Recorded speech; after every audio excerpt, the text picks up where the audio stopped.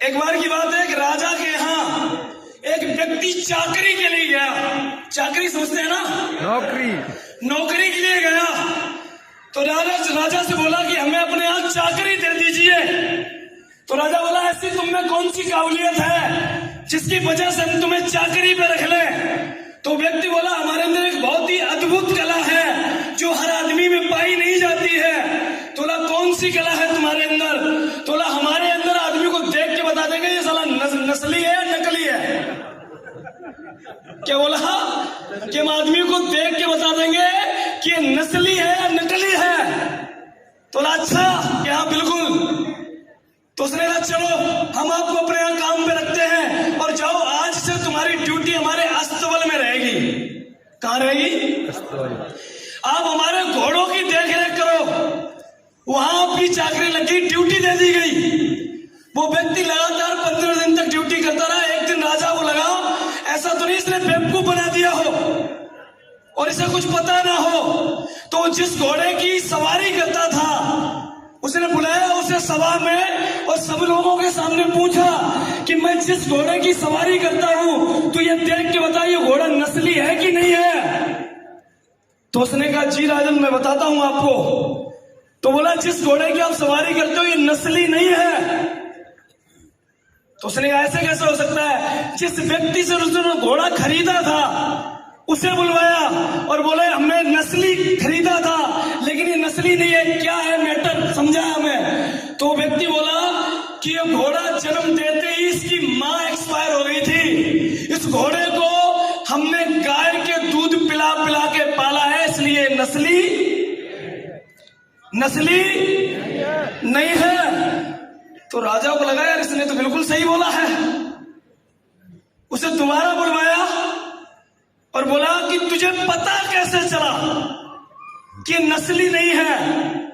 तो उसने जवाब दिया राजन ये जब भी चारा खाता है तब ये गाय की तरह गर्दन नीचे करके खाता है जबकि घोड़ा गर्दन ऊपर करके खाता है इसलिए नस्ली नहीं है। राजा उससे खुश हो गया। खुश होने के बाद उसे कई बकरियां भेड़े वगैरह दान में दे दी। ले जाओ इन्हें पालो जाके और जाओ। मैं खुश हुआ प्रसन्न हुआ। कुछ और समय बीता और जैसे ही समय बीता तो एक दिन उसे अपनी रानी पे ही डाउट हो गया। ये से नो उसे अपनी रानी पे ही डाउट हो गया और इसे लगा कि रानी हमारी खानदानी नहीं है। तो उसने उसे बुलवाया सभा में और बोला ये बताइए कि जिसके साथ हमने शादी की है क्या वो रानी खानदानी है, क्या वो नस्ली है। तो बोला साहब बात बहुत बड़ी पूछ ली है आपने हमसे। अगर मैं सही बता दूंगा हो सकता है आप हमें दंडित कर दे। तो बोला अगर खता माफ हो तो साहब बता मैं ये भी दूंगा। तो बोला जा तेरी खता माफ है बता कि साहब चला नस्ली तो तुम्हारी रानी भी नहीं है, नस्ली तो रानी भी नहीं है। तो उसने राजा ने तुरंत अपने सास ससुर को बुलवा लिया और उनसे कहा कि बताओ आखिर माजरा क्या है, ये खानदानी क्यों नहीं है। तो राजा था जिसकी बेटी थी उसने बोला कि हमारे पिताजी और आपके पिता के बीच में कॉल हुआ था कि हमारे यहाँ बेटी होगी और आपके यहाँ बेटा होगा तो हम दोनों की शादी करेंगे। आपके यहाँ तो बेटा पैदा हो गया लेकिन हमारे बेटी पैदा नहीं हुई थी इसलिए हमने बांदी की दासी की बेटी को रानी बना के भेज दिया। ये असली रानी नहीं है। अब उसे उसकी सनक गई। उसने उसे बुलाया साले तू बता तेरे को पता कैसे चला। ये सुनो तू बता तेरे को पता कैसे चला कि ये नस्ली नहीं है। तो बोला कि महाराज जब भी ये किसी भी दासी से या अपने स्टाफ मेंबर से बात करती है तो इनकी हर बात में गाली गलौज निकलता है। कभी सभ्यता से बात नहीं करती। रानी कभी अपशब्द नहीं बोलती है। इनका लहजा बताता है ये दासी हो सकती रानी नहीं हो सकती है। इनका लहजा बताता है। राजा फिर खुश हो गया। उसे 2-3 गधे और दान में दे दिए। ये सुनो वो हंसी हंसी ले गया गधों को, उनकी सेवा करने लगा। कुछ समय और बीता। अब की बार शक राजा को अपने पे ही हो गया। ये सुनो तो राजा को अपने आप पे डाउट हुआ तो उसने कहा चल अब मेरे बारे में बता। तो कहा क्यों साहब, हमारे प्राण लेने पे तुले हो आप, अगर मैंने बता दिया तो पक्का मरवा दोगे हमें, कि जा तेरी जान की सलामती, तू बता मैं नस्ली हूं कि नहीं हूं। बोला साला नस्ली तो तुम भी नहीं हो, नस्ली तो तुम भी नहीं हो। उसने अपने माँ बाप को बुलाया और पूछा कि आप बताइए मैं नस्ली क्यों नहीं हूं। तो उसके माँ बाप ने बोला बेटा जैसे उनके बेटी पैदा नहीं हुई थी वैसे हमारे भी बेटा पैदा नहीं हुआ था। हमने राज्य को संभालने के लिए एक चरवाहे के लड़कियों को राजा बना के अपने राज्य की स्थापना की है। तू भी असली राजा नहीं है।